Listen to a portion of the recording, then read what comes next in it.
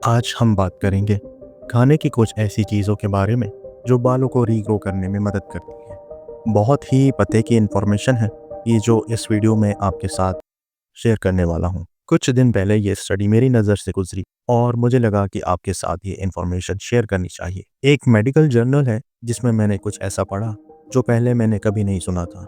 एक amino acid है जो कि बहुत रेयर है। अमीनो एसिड मतलब प्रोटीन का एक ब्लॉक उन लोगों में उन्हें मिसिंग मिला जिनके बाल झड़ रहे थे। मेरा ख्याल है आप में से बहुत से लोग पहले से ही जानते हैं कि बाल प्रोटीन से मिलके बनते हैं, लेकिन क्या सिर्फ प्रोटीन खाने से जो झड़े हुए बाल हैं वो वापस आ जाएंगे?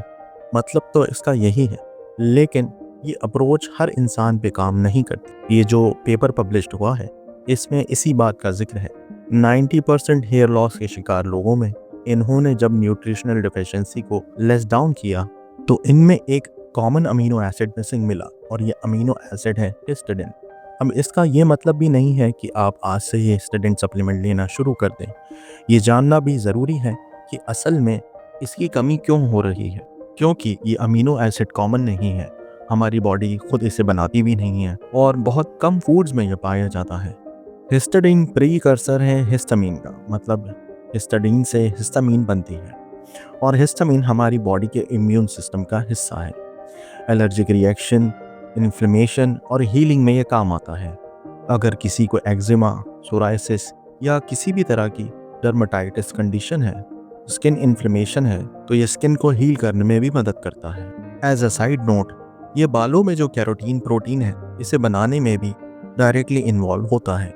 ये बालों की मजबूती बढ़ाता है, सर की जिल्द की हाइड्रेशन को सही रखता है, पानी की कमी को रोकता है जो कि हेल्दी बालों के लिए ज़रूरी है।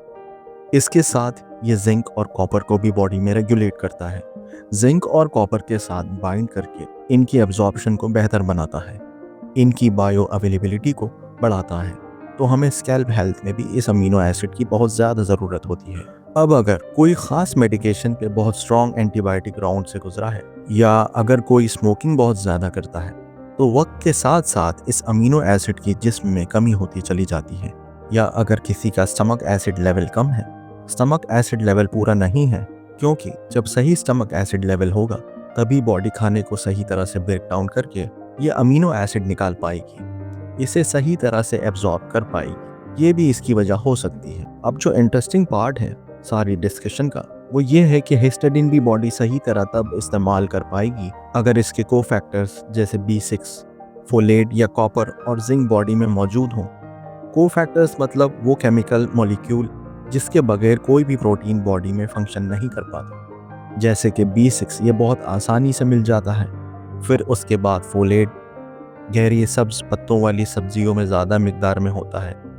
तो अगर आप सिर्फ गोश्त खा रहे हैं, सब्जियां नहीं खाते, सब्जियां खाना ज़रूरी है, लेकिन अगर कोई मैदे की बीमारी की वजह से सब्जियां नहीं खा पा रहा है तो इन लोगों के लिए ऑर्गन मीट्स स्पेशली लिवर में सबसे ज़्यादा फोलेट पाया जाता है। Beef liver, even chicken liver या बकरे के लिवर में भी। लेकिन एक आम इंसान के लिए अगर आप गोश्त ज़्यादा खाते हैं या रोटी या चावल ज़्यादा खाते हैं लेकिन पत्तों वाली सब्जियां नहीं खाते हैं तो ये एक वजह है इसकी कमी की। या आप कोई ऐसा सप्लीमेंट खा रहे हैं जिसमें फॉलिक एसिड है जो फोलेट के लिए लोग खाते हैं और इससे नेचुरल फोलेट मिलता भी नहीं है। उल्टा ये फोलेट की एक्टिव फॉर्म में कन्वर्जन को रोकता है, क्योंकि इसमें आपको बहुत ज़्यादा एंजाइम की ज़रूरत होती है जो इसे एक्टिव फॉर्म में कन्वर्ट करें। तो अगर आप कोई ऐसा सप्लीमेंट ले रहे हैं या कुछ ड्रग्स भी फोलेट को ब्लॉक कर रही होती हैं तो इसकी कमी की वजह हो सकती है। तो खाने की 3 चीज़ें, नंबर 1 पर ऑर्गन मीट्स, खास तौर पे लिवर। अगर रोज़ाना 50 से 60 ग्राम भी आप खा लेते हैं तो ये काफ़ी है। कुछ लोग ये सोचते हैं कि ऑर्गन मीट्स में बहुत ज़्यादा सैचुरेटेड फैट होता है और कोलेस्ट्रॉल के डर से नहीं खाते, तो ऐसा नहीं है। ये इन्फॉर्मेशन ठीक नहीं है। ऑर्गन मीट्स में बहुत कम फैट होते हैं। दूसरे नंबर पे है प्रोटीन। ये बहुत ज़रूरी है कि आप अपनी डेली प्रोटीन इंटेक को पूरा करें।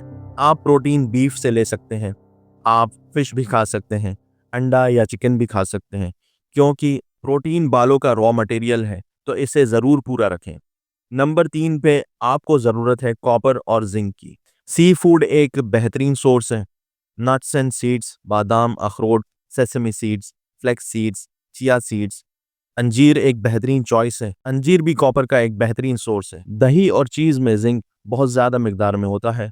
फोलेट पे मैं एक डिटेल वीडियो अलग से भी बनाऊंगा। आज की वीडियो के लिए इतना ही। मैं आपसे मिलता हूँ अगली वीडियो में। अपना बहुत ख्याल रखिए।